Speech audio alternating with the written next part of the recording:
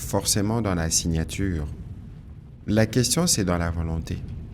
On peut signer les meilleurs accords du monde, mais lorsque ceux qui doivent l'exécuter ne l'exécutent pas de bonne foi, n'avancent pas. Il est évident que l'idée de signer cet accord à Washington, il est tout aussi évident que l'idée de la création du cadre d'intégration économique régionale n'enchante pas particulièrement le président rwandais. Ce n'est pas celui qui a construit son économie en partant du chaos dans l'est de la RDC qui doit être le plus heureux lorsque ces chaos doivent cesser d'exister.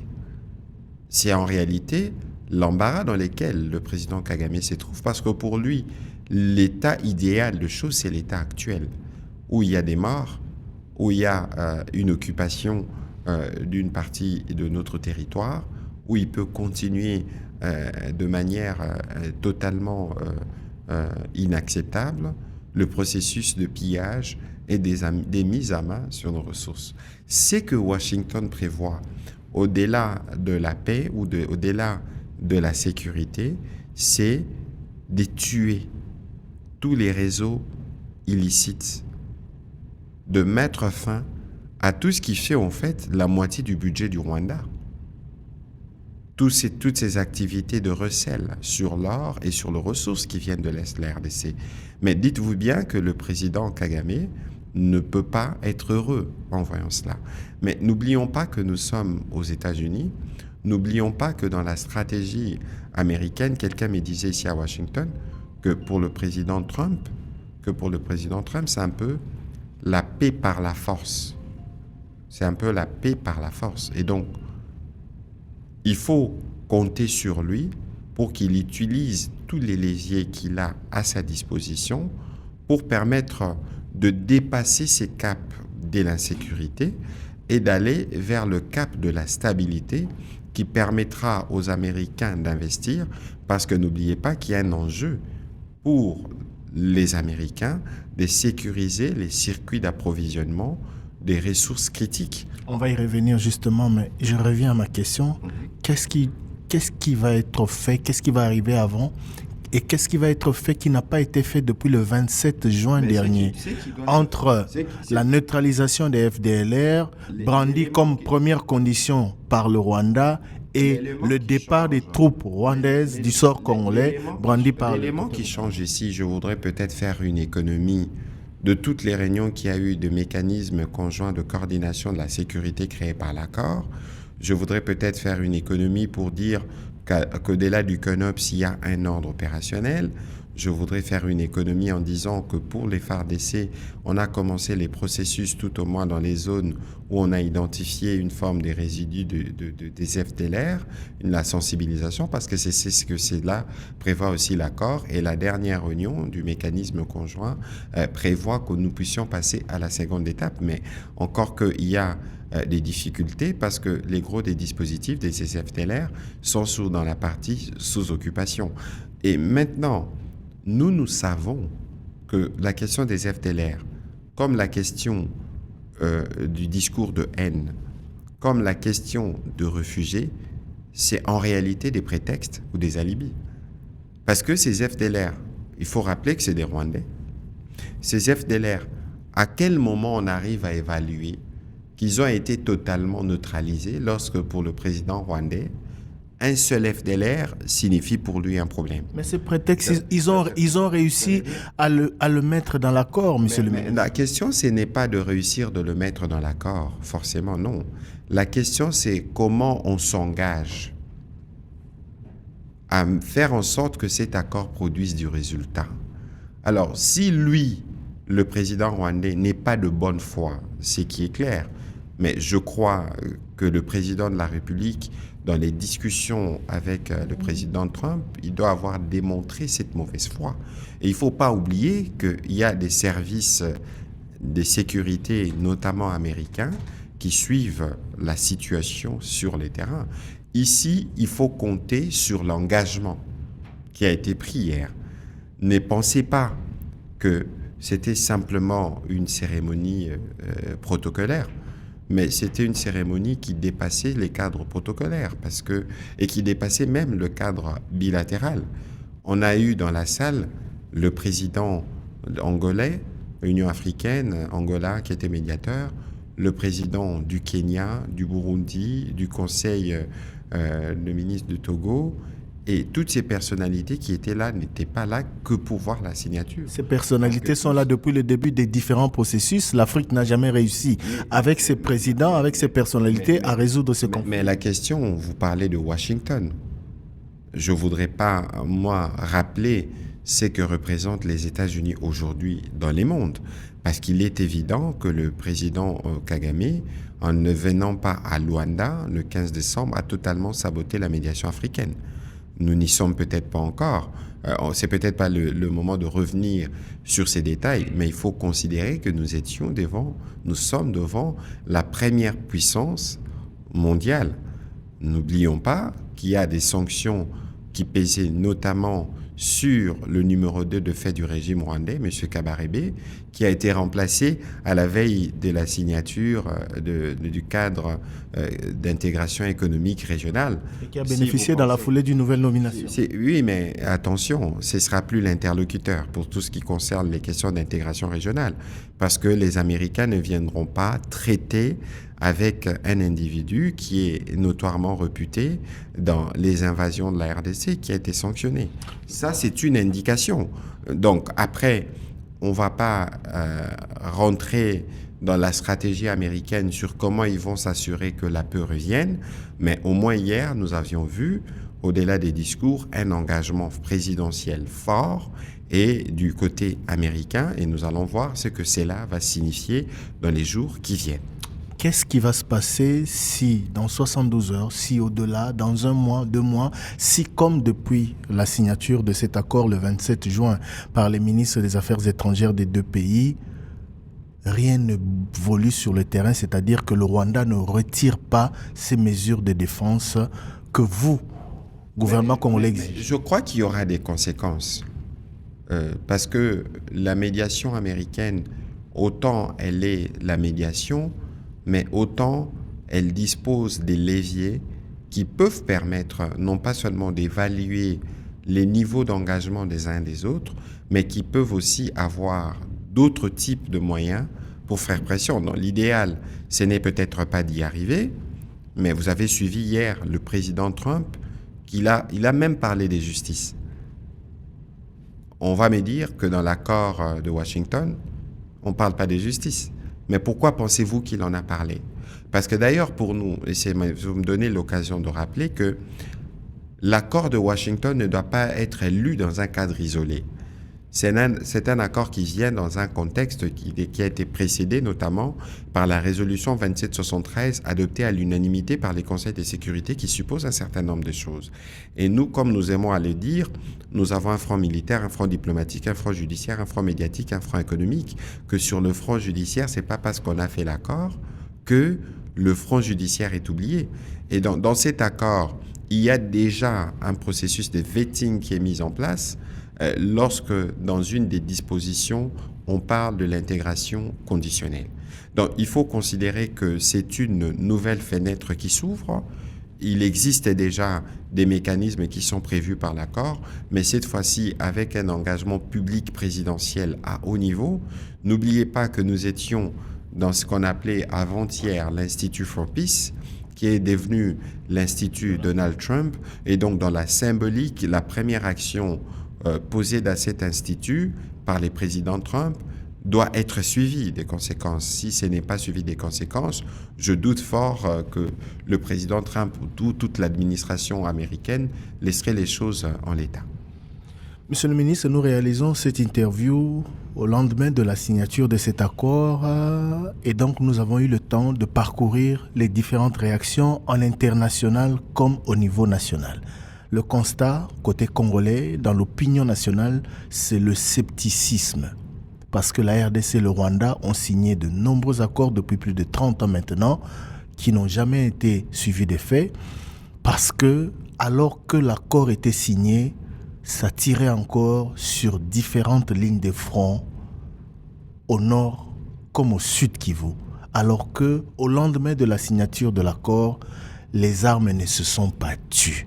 Qu'est-ce que vous répondez à ces Congolais qui ne croient pas en cet accord? j'ai envie de dire que nous tous sommes sceptiques et les autres Congolais le sont. Mais il n'y a pas d'autre meilleure manière que de confronter une nouvelle fois le président rwandais, parce que cette fois-ci, ça doit se terminer. La paix que nous recherchons, et c'est sur quoi le président Tshisekedi se mobilise, n'est pas une paix des façades, comme on a vu par les passés. Nous voulons une paix définitive. Nous voulons une paix durable.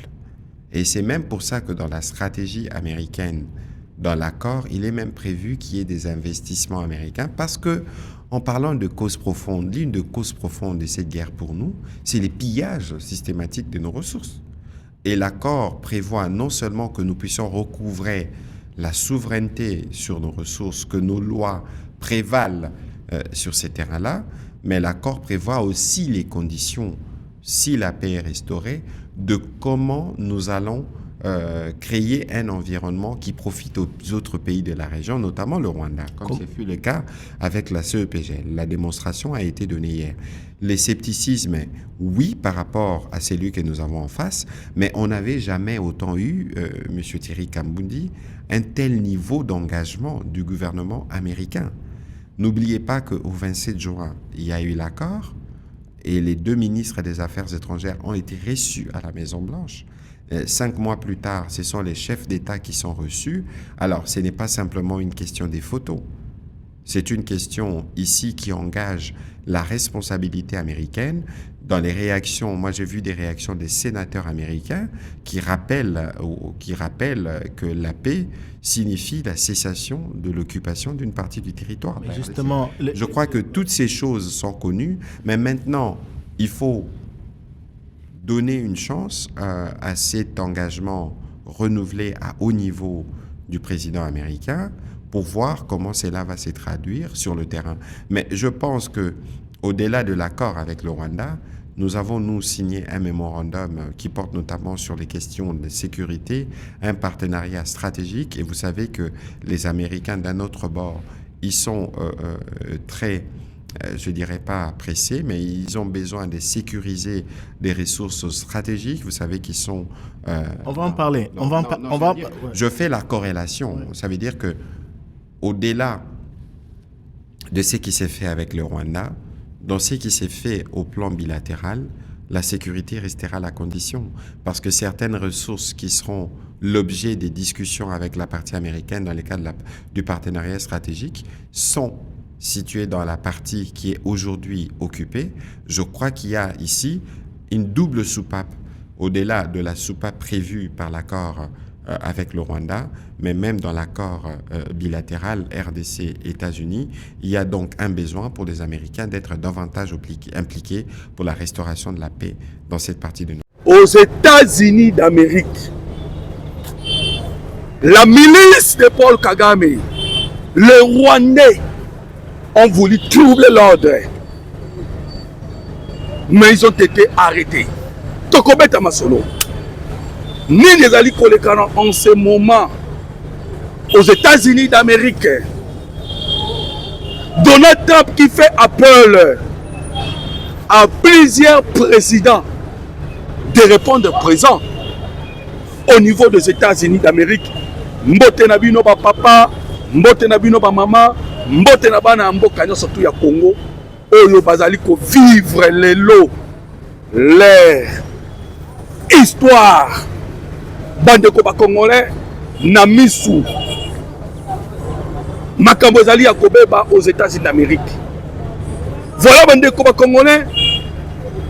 Et le quoi koleka aujourd'hui aux États-Unis d'Amérique ezali historique. Historique bandeko ba Congolais. Voilà pourquoi toi ko partager la bino bisengo ya makambo etali la République démocratique du Congo.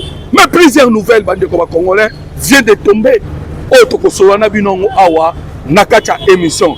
Alors bandeko ba Congolais boyebi souvent ndenge to senga kanabino aimer notre émission et partager aux alliés ko partager l'émission, aux alliés ko aimer l'émission pour permettre pe ba Congolais mususu bayeba parce que notre maman na biso nyonso, maman na yo, maman na ngai, la République démocratique du Congo a trop souffert. awa sikoyo formule ezwami bandeko ndenge tolobaka nzete oyo yo mataki nde nzete okokita fala bandeko bakongolais awa Kagame azali kokita na nzete ya mataki nzete nini ya mataki bandeko bakongolais Kagame amataki na nzete ya Angola savez que ba troupe angolais bazalaka lorsque Kagame bandaki AFDEL lelo bangolais bazakuna le président ya Angola babengi kuna Kagame tango bandaka rébellion azalaki na ba Ougandais Museveni pe aza invité kuna Kagame tango bandaki rébellion azalaki na Burundi que Burundi lelo a commis la République démocratique du Congo mais Burundi à l'époque abundaki pe guerre ya AFDEL o bayaki ruta 96 ba déstabiliser la République démocratique du Congo Burundi pas azalaka Kagame tango bandaki bitumba oyo bayaki pe longo na Afrique du Sud. Voilà pourquoi Donald Trump a élargi des invitations. Bandeko, plusieurs invitations aux Ezali na minute na mesa pe bazali koya mbangu. Pourquoi? Parce que esengeli ba signer comme temps ba témoin. Ba yikata baza bango pe baza wana na terrain. Bandeko, eloko ekamusinga eza nini? Eloko ekamusinga eza ke tomoni pe na Émirats Arabes Unis aye pour se pointer. Moi je pensais que Qatar n'enga aye parce que azali conseil la biso facilitation, azali conseil la biso médiation. Il y a ba pour parler, il y a Doha. Tout cap Émirats Arabes Unis aye.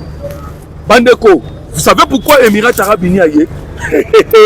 Toko betango masolo awa na kata émission. J'ai voulu d'abord vous présenter par président oyo baye bandeko nabisaki na bandeko ba congolais o balandaka ngai de partout nabisaki bango boye ba américain bazali na ba satellite militaire bazali na ba satellite d'observation bazali na ba satellite ya ba genre nyonso capable de détecter bazana NASA bazana CIA Donald Trump bandeko ba congolais na réunion moko salisaka na niveau ya Washington na Maison Blanche réunion conseil des ministres et vidéo ezali bandeko je vous dis des informations fiables et voilà pourquoi pour que total sabino notre crédibilité parce que toye ko bunda guerre auto bengaka guerre médiatique bandeko contre le mensonge ya Rwanda. Voilà pourquoi on vous donne notre numéro à la fin de l'émission.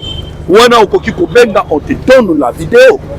Bandeko vidéo ezali oyo Trump a télémisi le numéro 1 à SIA alobi est-ce que au salelinga musala nyonso tuna tindaki yo na niveau ya République démocratique du Congo et le Rwanda. Le numéro 1 comme on est John Ratcliffe, je pense.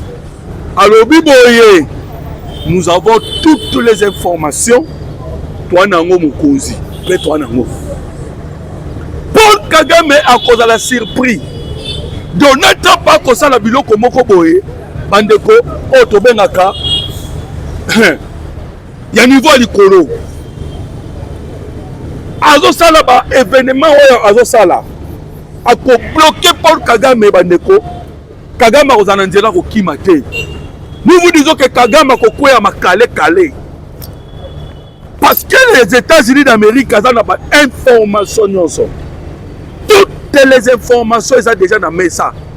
Des vidéos, des bandes, des documents, des rapports, rapport mapping, le rapport des experts des renseignements, le rapport des experts des Nations Unies.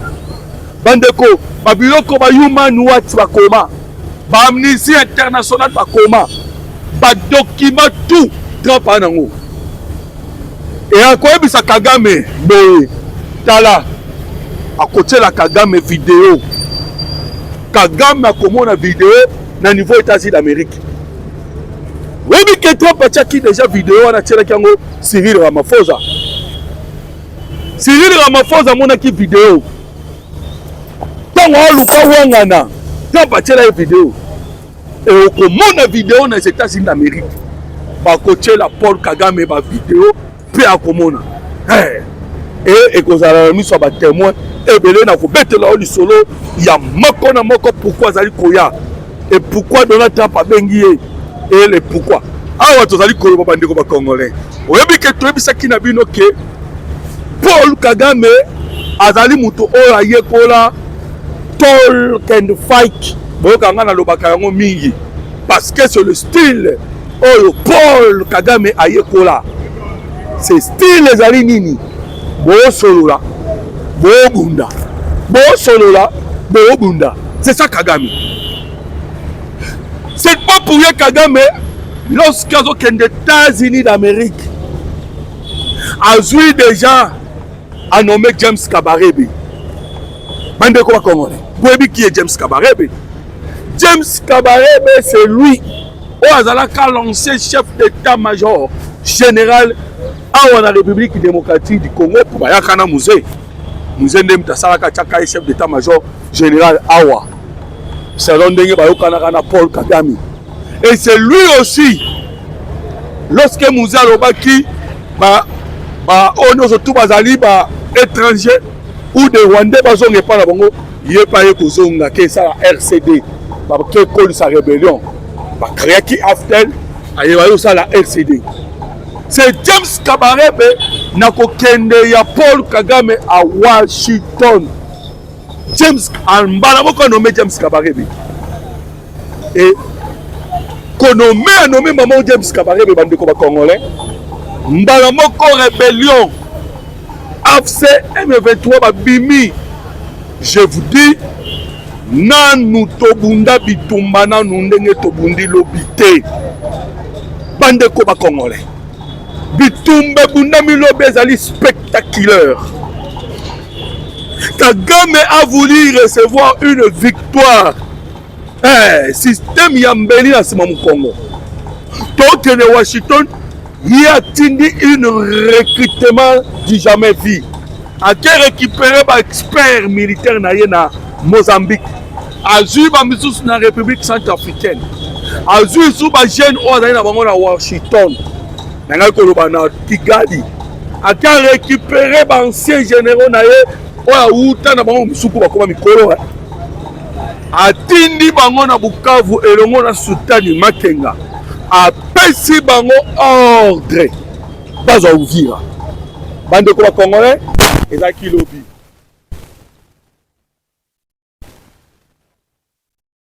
merci na FRDC bande ko ba congolais webi unité moko spéciale pour éviter toujours wana bande ko ba congolais unité on est filtrant de ba rebelle na niveau ya Bukavu pour bande ko ba yebi kuna bien Bukavu akangami na territoire de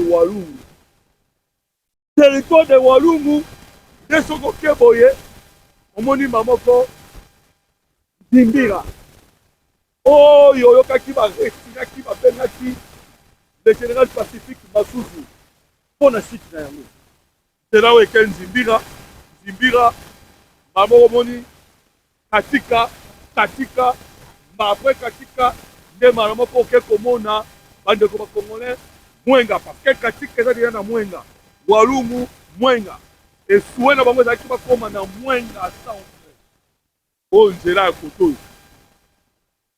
kotoyo toza na Walungu parce que awa Walungu po kende komona territoire ya mwenga awa oza na Walungu po kemona territoire ya Uvira et ils ont voulu faire quoi bakota bakende nzela ya mwenga babima longwe Walungu bakoti mwenga ale babimi mamo boyo Uvira o koto pe bazoya boyo bakei Kamanyola Uvira tenzela mais bafungoli 4 fonds na katikati bafond mibale wana sikoyo po baya na basystème bangomba oyo koto oyo route nationale numéro 2 Photo route nationale numéro 5.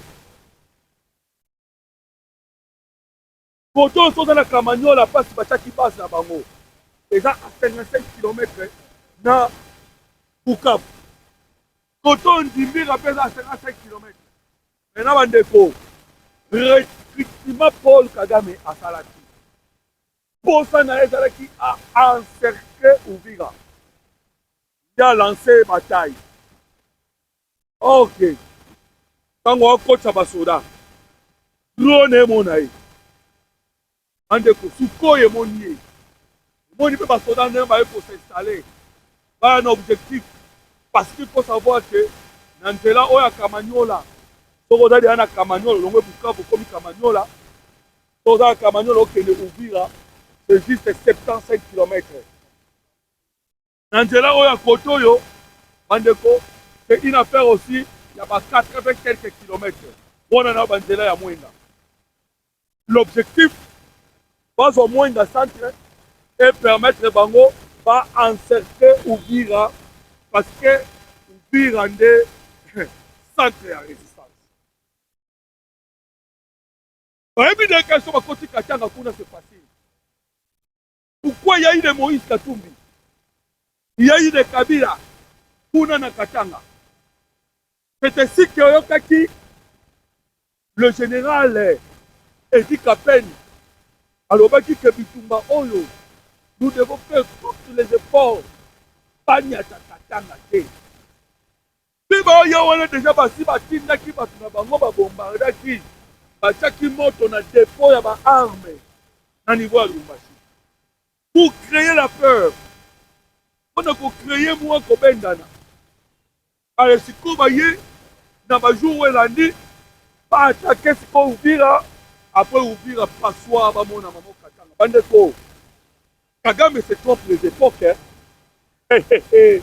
Kagame se trompe les époques. Donc, on attend là parce que c'est sérieux.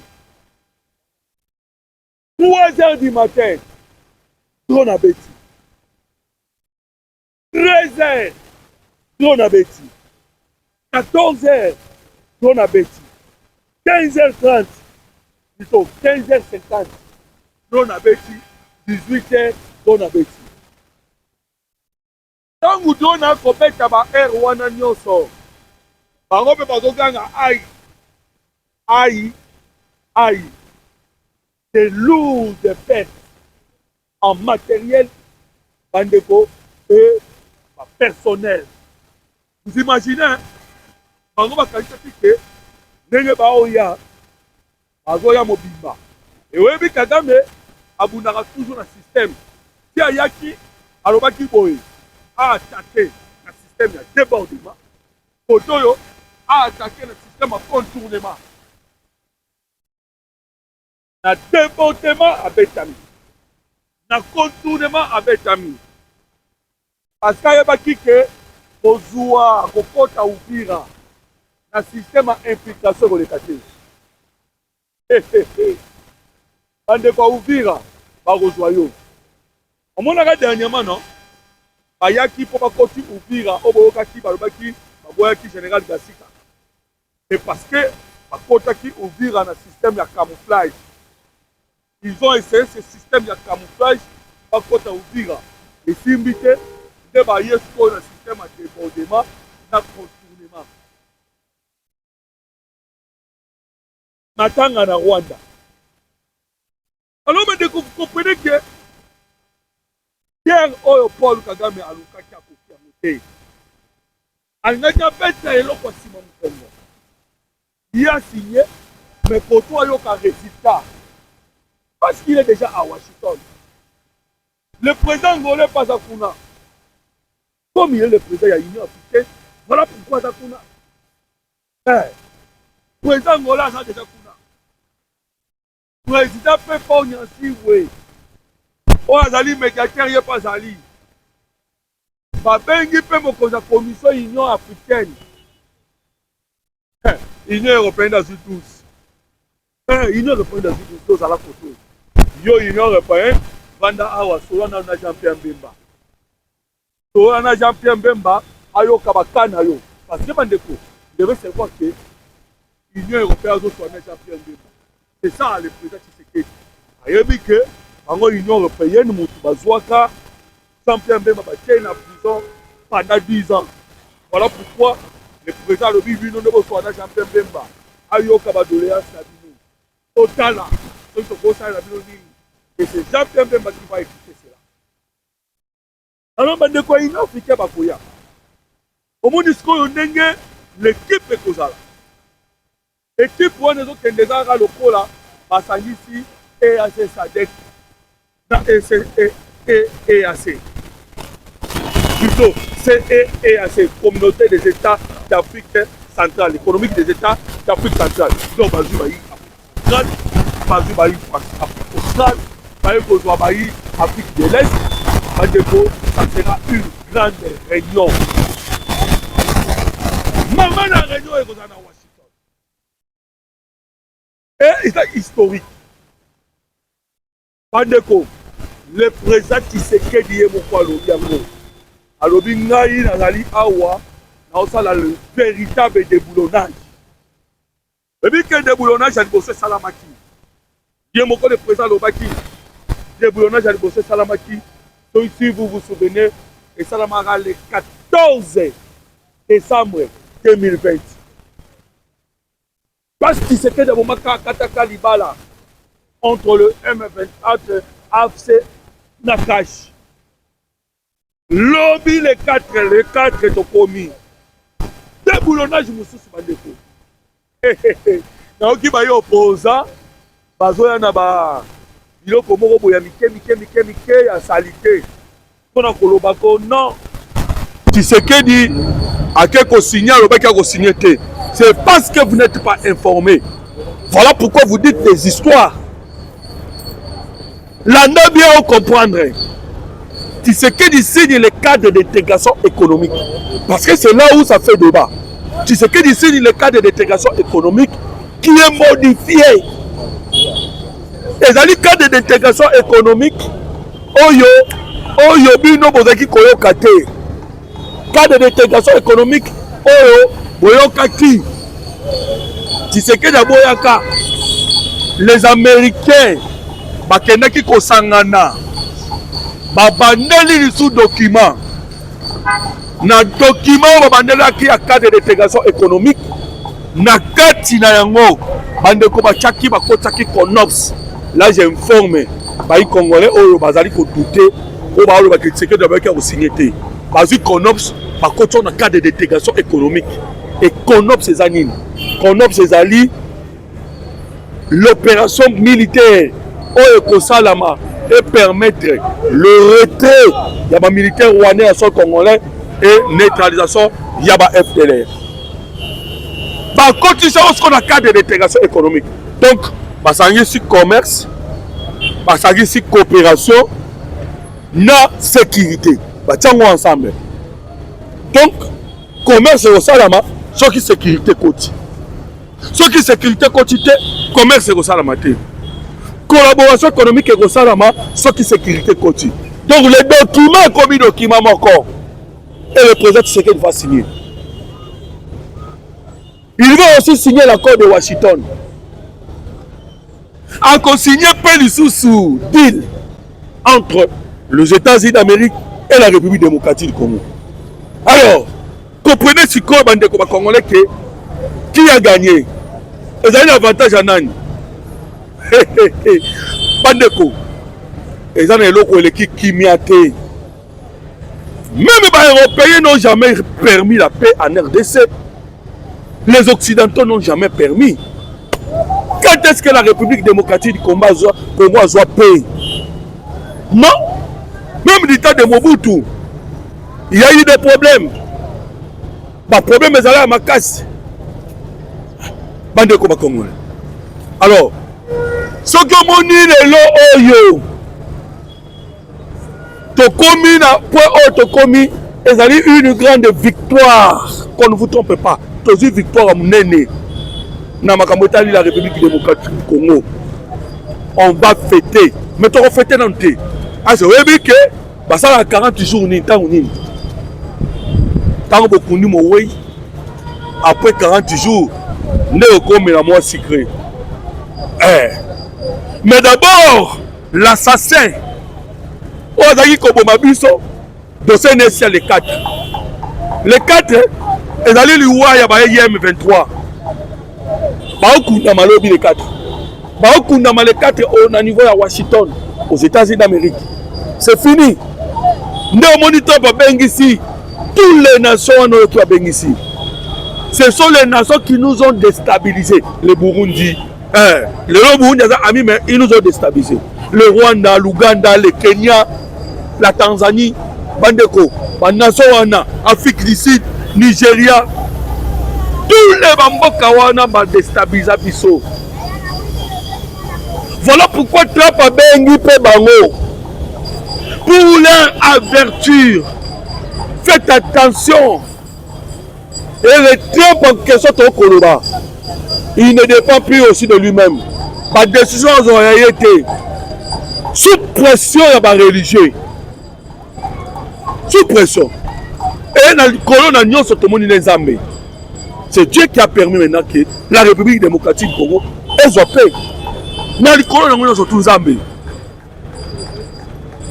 Alors, comme il a besoin de commentaire que je soutiens le président Tshisekedi pour ndenge bandeko action au Asali ndenga déboulonné au Asali deuxième déboulonnage oh les cascoyo deuxième déboulonnage et les opposants savent que maintenant que ndenge to kende on a joué la République démocratique du Congo Mobimba en tête.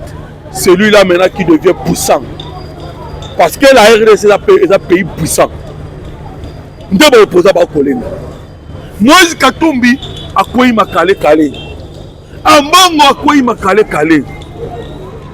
Pacte social n'a salaki et bimi de l'autre côté.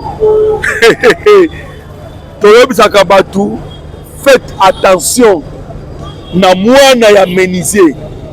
Tolobi Bagango Tangonos. Papa n'a qui s'est commettre à 7 h à minuit. On m'a dit que c'est déboulonné Bilonyoso. Pourquoi? Parce que il a la connaissance. Oh, Yazanango. Il a le savoir. Il a reçu la sagesse. Il a reçu l'expérience.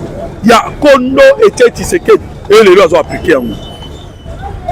Alors, Rwandais, Babanda Koluka Kosa manœuvre. Et voilà maintenant. Trump sachant cela, nous avons fait ça qui déjà ordre.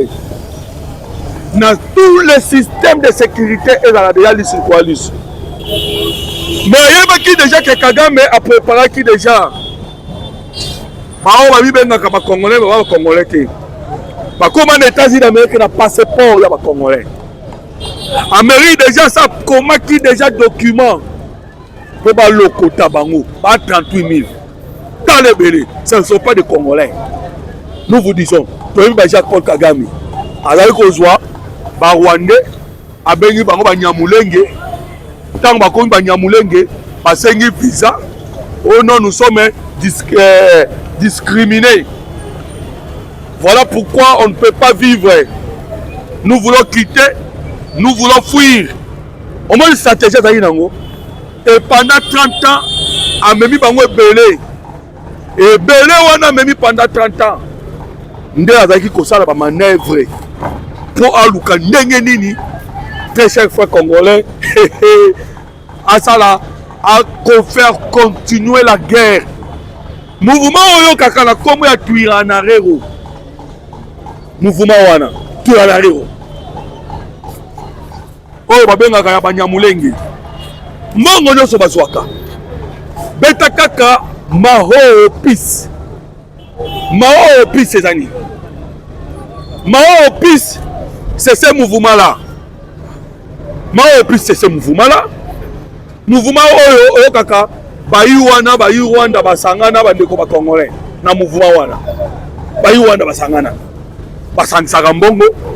Oyo bakendaki au titre de Nyamulenge. Bazakuna, bazwaka mbongo batindaka pour permettre Minduke son mamaka guerre continue. Et c'est fini. Et si bandeko ba congolais et si le cycle de la guerre. Oh, Paul Kagame a kosala lango la République démocratique du Congo. C'est cycle de la guerre. Et si cycle wana. Et si nous avons mis fin à cela. Na auto koloba enseignement nous avons mis fin à cela. Cycle wana la guerre. Il y a Paul Kagame. Et si sikoyo. Plus de 143, 89, 40, 330, 80. Et même notre émission bandeko congolais. Alors, ndeko mo tuninga question. Ndeko mo toloba na biso sikoyo. Awa to kende ko signer. To moni kende to kende ko signer. Na sima déjà Paul Kagame a mobilisé ba soda ba attaquer Uvira. Parce que to ko beta même à Masolo en ce moment bitombe ko budama.